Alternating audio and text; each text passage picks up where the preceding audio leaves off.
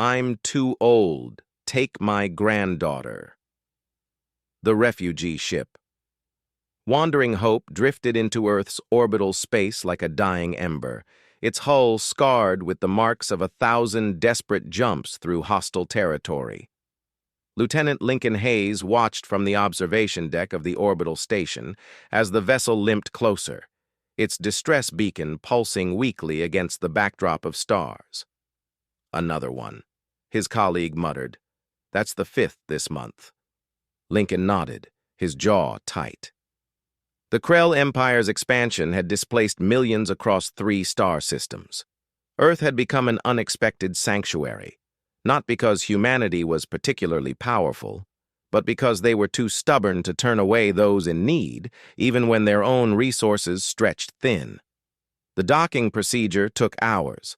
When the airlocks finally opened, Lincoln stood with the processing team, medical scanners ready, ration packs stacked behind them. What emerged made his chest tighten.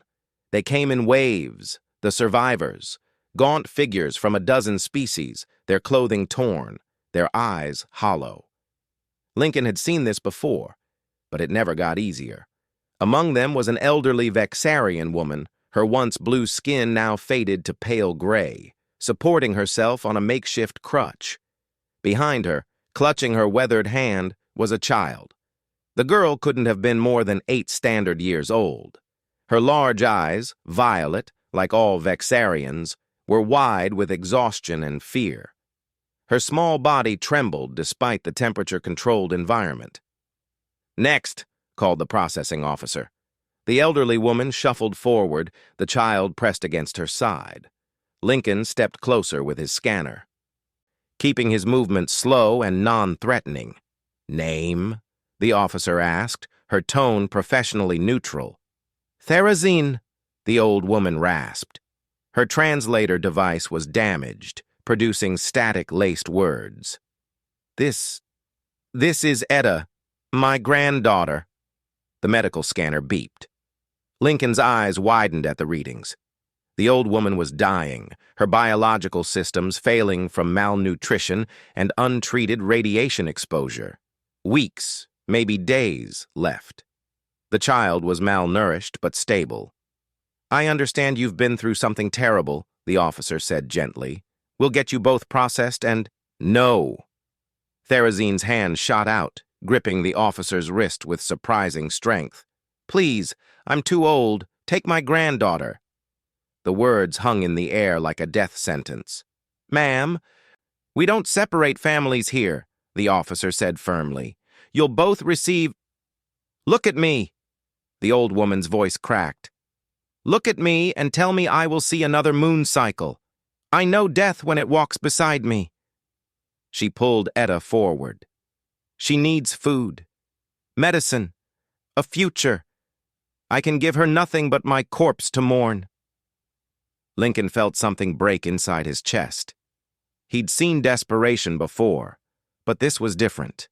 This was a grandmother offering the ultimate sacrifice, her final moments with her grandchild, so that child might live.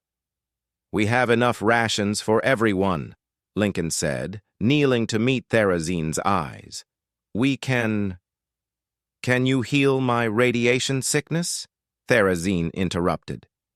"Can you regrow my damaged organs? Can you give me back the 20 years I need to raise her?" Silence. "I thought not." The old woman's expression softened. "Your people are kind. I have seen it. You do not turn away the desperate. You do not abandon the weak.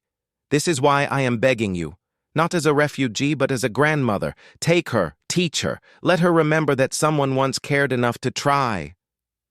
Etta began to cry silently, her small body shaking.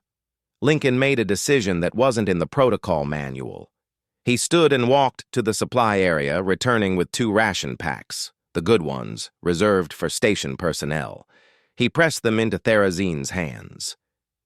"Here's what's going to happen," he said quietly. "You're both going to medical.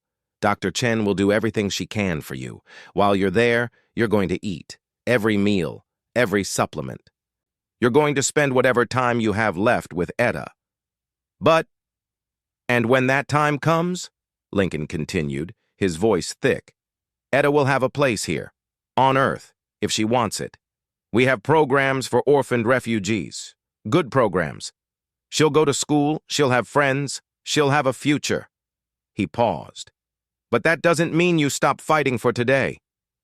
Therazine's eyes filled with tears, an unusual sight among Vexarians who rarely showed such emotion. Why? She whispered. We are nothing to you. Burdens, mouths to feed. Lincoln looked at Etta, then back at her grandmother. Because someone once told me that civilization isn't measured by how we treat the strong. It's measured by how we treat the weakest among us. He smiled sadly. Besides, we're humans. Being unreasonably stubborn about helping people is kind of our thing. 3 weeks later, Therazine passed away peacefully in the station's hospice ward. Her granddaughter beside her, well-fed and cared for. The old woman's final words, translated clearly by a repaired device, were simple. Thank you for proving that kindness still exists. Etta remained on the station for 6 months before being placed with a foster family in New Zealand, a human couple who had lost their own daughter and had space in their hearts for one more.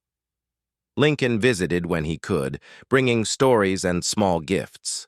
On one visit, Etta asked him a question that would stay with him forever. Why did you help us when you didn't have to?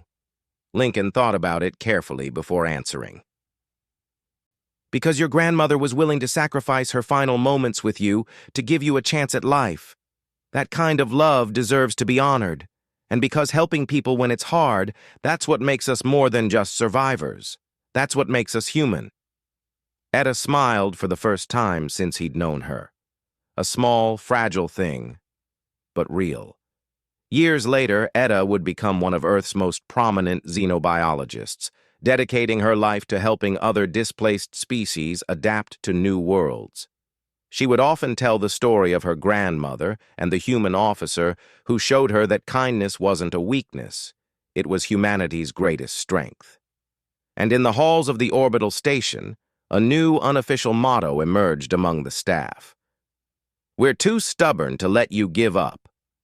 It was, after all, the human way.